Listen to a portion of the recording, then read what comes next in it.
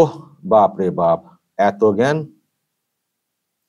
দর্শক, আমি দেখছি যে আপনাদের মধ্যে কেউ কেউ আমাকে কয়েকটা লিঙ্ক পাঠিয়েছেন, ভিডিও লিঙ্ক পাঠিয়ে বলেছেন যে দেখুন কি সুন্দর বলছেন, বাংলাতে বিজেপির কেন এই রেজাল্ট হয়েছে সেই সম্পর্কে কি সুন্দর ব্যাখ্যা দিচ্ছেন, শুনুন এবং পারলে আপনিও একটা এই ধরনের ভিডিও করুন। তো আপনাদের কথা শুনে আমি কয়েকটা লিঙ্ক খুললাম এবং খানিকটা করে দেখলাম।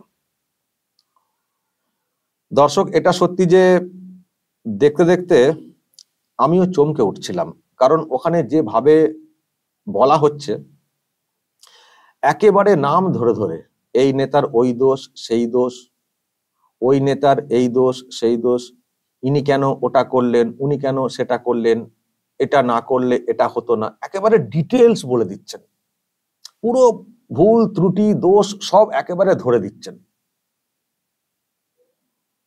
তো চমকে যাওয়ারই একটা ব্যাপার, ভাবছিলাম যে আমরা কোথায়, দেখুন কি সুন্দর বলছেন, একেবারে সব ভুল ত্রুটি দোষ সব ধরে দিচ্ছেন,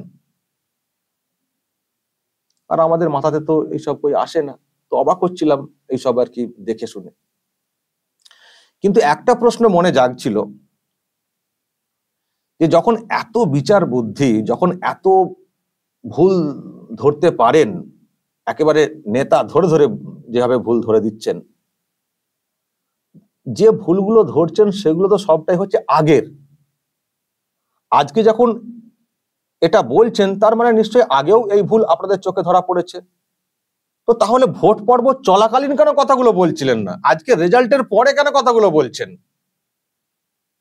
যে ভুলগুলো বলছেন আজকে একেবারে নাম ধরে ধরে, নেতাদের নাম ধরে ধরে, তখনই তো বলতে পারতেন ভোট পর্ব চলাকালীন, তাহলে ওনারাও সুযোগ পেতেন নিজেদেরকে শুধরে নেওয়ার।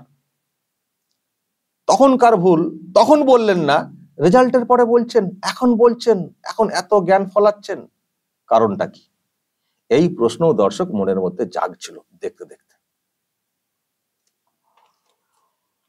দর্শক, আমি তো ওইভাবে নাম ধরে ধরে কিছু বলতে পারবো না, এই জন্যই বলতে পারবো না যে রেজাল্ট হয়েছে, যাদের নাম ধরে ধরে বলা হচ্ছে এইসব কথাগুলো, আমি কিন্তু তাদের সেই রকম দোষ দেখছি না। বিজেপির যে রেজাল্ট হয়েছে বাংলাতে, এটা বিজেপির পলিসির জন্য এই রেজাল্ট, এর জন্য বিজেপির পলিসি দায়ী। বাংলাতে যে রেজাল্টটা হয়েছে এর জন্য মূল দায়ী হচ্ছে বিজেপির পলিসি। যে পলিসিতে বিজেপি হাঁটছে ওইভাবে বাংলাতে রেজাল্ট কিন্তু আসবে না সহজে। ফলে বঙ্গ বিজেপির নেতারা যতই খাটুন না কেন, সাংগঠনিক শক্তি একটা দরকার অবশ্যই, কিন্তু যাদের নাম ধরে ধরে বলা হচ্ছে আমি তো তাদের মধ্যে কোনো ত্রুটি দেখতে পাচ্ছি না। আমার মনে হয়েছে যে তারা নিশ্চয়ই প্রচুর খেটেছেন, দেখেওছি, নিশ্চয়ই দেখেওছি প্রচুর খেটেছেন তারা, কিন্তু বিজেপির যে পলিসি সেই পলিসিতেই পুরোটা আটকে যাচ্ছে, সেই জন্য তাদের খাটনিগুলোও কার্যত মাটি হয়ে যাচ্ছে। তাদের দোষ ত্রুটি আমি তো দেখতে পাচ্ছি না।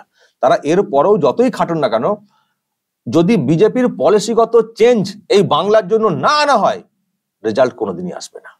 ফলে যেসব ভুল ত্রুটি বলা হচ্ছে ওইসব ভুল ত্রুটি শুধরেও কিছু হবে না, নেতাদের ভুল ত্রুটি যেটা বলার চেষ্টা হচ্ছে কিছু হবে না, পলিসিগত চেঞ্জ আনতে হবে বিজেপির মধ্যে, বিশেষ করে বঙ্গ বিজেপির মধ্যে, তবেই কিন্তু সম্ভব। এবার সাংগঠনিক শক্তি বৃদ্ধি সেটা তো অবশ্যই প্রয়োজন, কিন্তু নেতাদের দোষ, উনি কেন ওটা করলেন, উনি কেন সেটা করলেন, এইভাবে বলার আমি কোনো দিক দেখতে পাচ্ছি না। অনেকেই বলছেন, অনেকেই একেবারে উঠে পড়ে লেগেছেন, যে যা পারছেন বলে যাচ্ছেন, পয়েন্ট ধরে ধরে বলে যাচ্ছেন, এই দোষ সেই দোষ, এই জন্য হলো না সেই জন্য হলো না, যে যা পারছেন বলে যাচ্ছেন। মানে এই মুহূর্তে তো একটু পাকে পড়েছে, তো বঙ্গ বিজেপি একটু কাদায় গেড়ে গেছে, ব্যাস সুযোগ পেয়েছেন, যে যা পারছেন বলে নিচ্ছেন। তবে দর্শক, আচ্ছা আমি ব্যাখ্যাতে আসছি কি পলিসিগত ত্রুটি বা কি করলে কি হবে, কিন্তু আমি একটা কথা তার আগে বলে দিই, যারা এইভাবে কথা বলছেন একেবারে নাম ধরে ধরে, আমি আপনাদেরকে লিখে দিচ্ছি দর্শক, যারা এইসব নেতাদের নামে এইসব কথা বলছেন, জাস্ট কিছুদিন অপেক্ষা করুন, বেশি দিন না, জাস্ট কিছুদিন অপেক্ষা করুন, দেখবেন এরাই আবার ওই সব নেতাদের নাম করেই আবার দেখবেন ভিডিও তৈরি করছেন, দেখবেন 100% মিলিয়ে নেবেন। আজকে যারা শুভেন্দু অধিকারী, সুকান্ত মজুমদারদের নাম করে করে যারা সব কথা বলছেন, বড় বড় কথা বলছেন, দেখবেন জাস্ট কিছুদিন যাক, দেখবেন এরাই আবার সেই শুভেন্দু অধিকারী, সেই সুকান্ত মজুমদার, সেই দিলীপ ঘোষ, তাদের কথা অনুযায়ী দেখবেন, তাদের কথাগুলি দেখবেন আবার সব তুলে ধরা শুরু হয়ে গেছে। আজকে জাস্ট যেহেতু এইরকম হয়েছে, কিছু মানুষ প্রশ্ন তুলছেন, ব্যাস সেদিকে ঢুকে গিয়ে বলা শুরু হয়ে গেছে। ঠিক একই শুরু হয়েছিল 21-এর রেজাল্টের পরে, একইভাবে বলা শুরু হয়ে গেছিল। এমনকি আমার নামে বলা শুরু হয়ে গেছিল, আমার নামে। আমি তো কোনো নিজেকে পরিবর্তন করিনি, আমি ভোটের আগেও যা ছিলাম, ভোটের পরেও তাই ছিলাম, আমার নামে বলা শুরু হয়ে গেছিল। এখনো হয়তো আকার ইঙ্গিতে বলার চেষ্টা হচ্ছে, কিন্তু আর যাই হোক, আমি কিন্তু নিজেকে ওইভাবে পরিবর্তন করতে পারবো না। আমি যেভাবে কথা বলতাম সেইভাবেই কথা বলবো। আমি এখানে ব্যক্তিগত ওইভাবে কোনো ত্রুটি দেখছি না।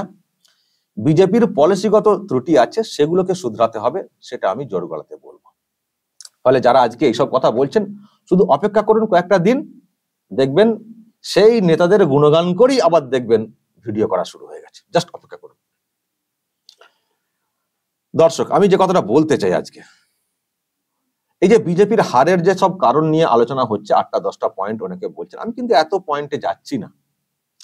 আমি যেটা মনে করি, বিজেপির এই যে রেজাল্ট হয়েছে তার জন্য মূলত দুটি কারণ, জাস্ট দুটি কারণ।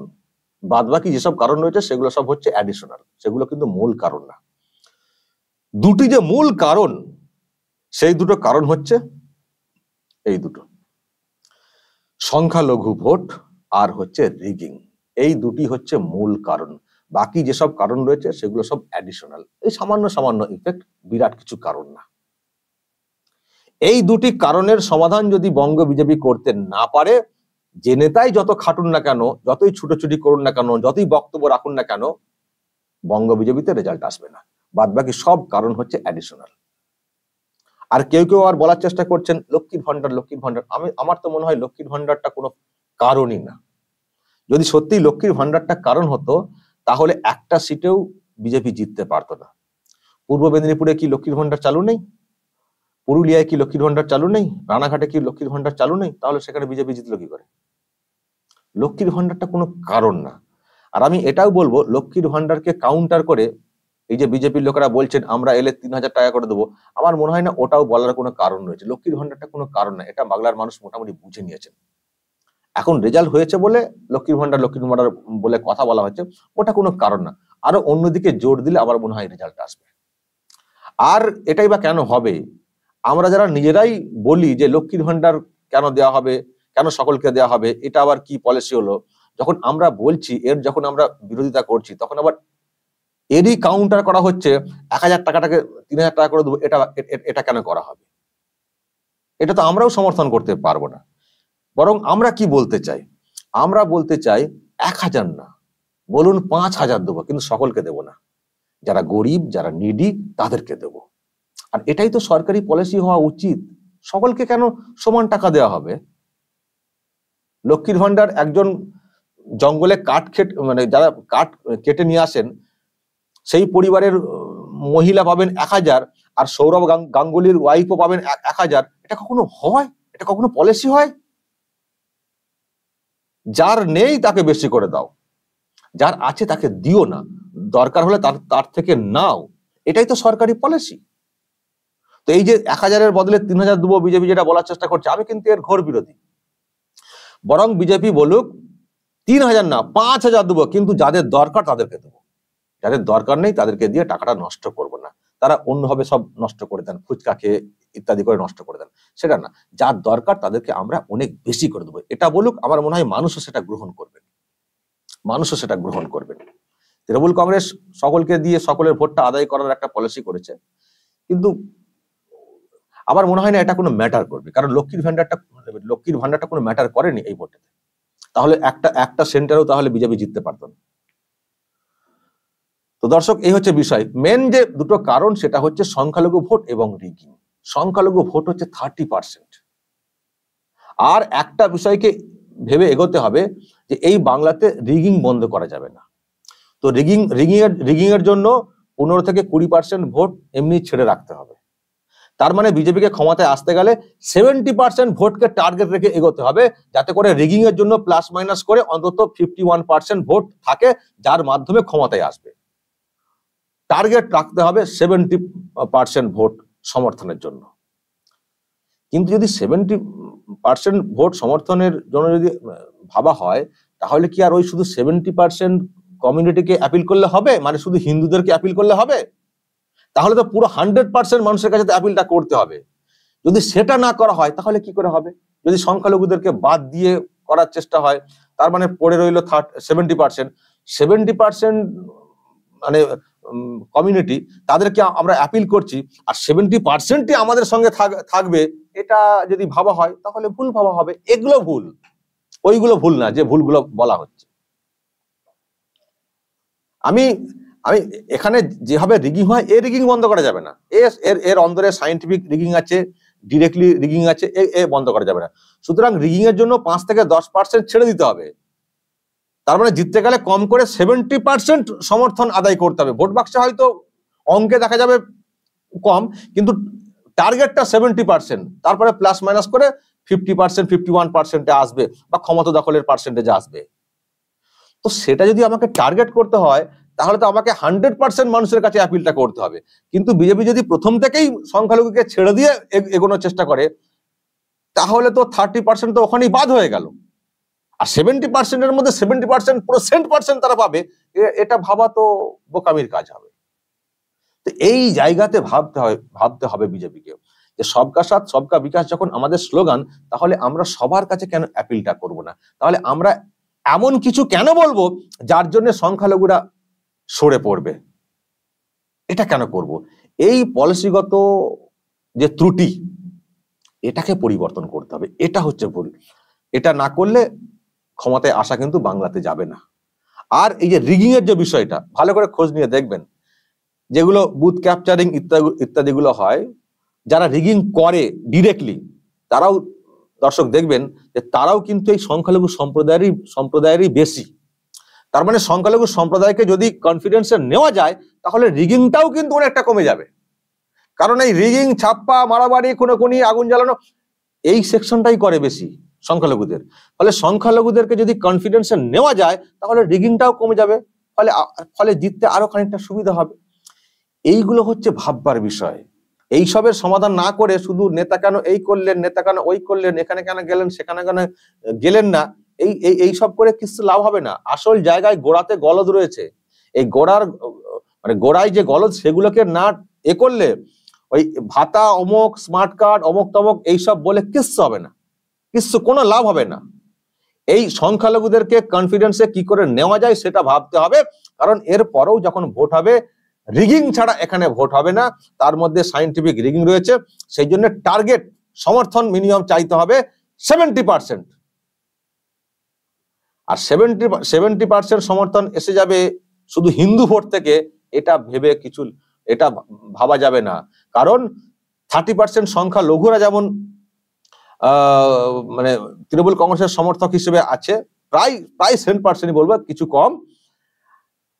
বাকি হিন্দু ভোট তো তারা পেয়ে যাবে তাদেরকে সুবিধা দিয়ে, নানান সব সুবিধার আসনে বসিয়ে পেয়ে যাবে। সেগুলোকে কি করে আটকাবেন? তার সঙ্গে ছাপ্পা, রিগিং, জোর জুলুম, কাউন্টিং এইসব তো রয়েছে, তো কি করে আটকাবেন? ফলে এগুলো হচ্ছে আসল সমস্যা। এই সমস্যার সমাধান না করলে রেজাল্ট হওয়া কিন্তু অতটা সহজ নয়। ওই খুব জোর দোরগোড়াতে আসবে, এসে আটকে যাবে, এর বেশি কিছু হবে না। ফলে এইসব হচ্ছে পলিসিগত ত্রুটি। বাংলার নেতারা যতই তারা খাটাখাটনি করুন, সমাধান হবে না যতক্ষণ না এটাকে সমাধান করার চেষ্টা হয়। দর্শক কি বলবেন? যদি এই নিয়ে আপনাদের কিছু বলার থাকে অবশ্যই বলবেন, কমেন্ট বক্সে নজর রাখবেন আরামবাগ টিভিতে।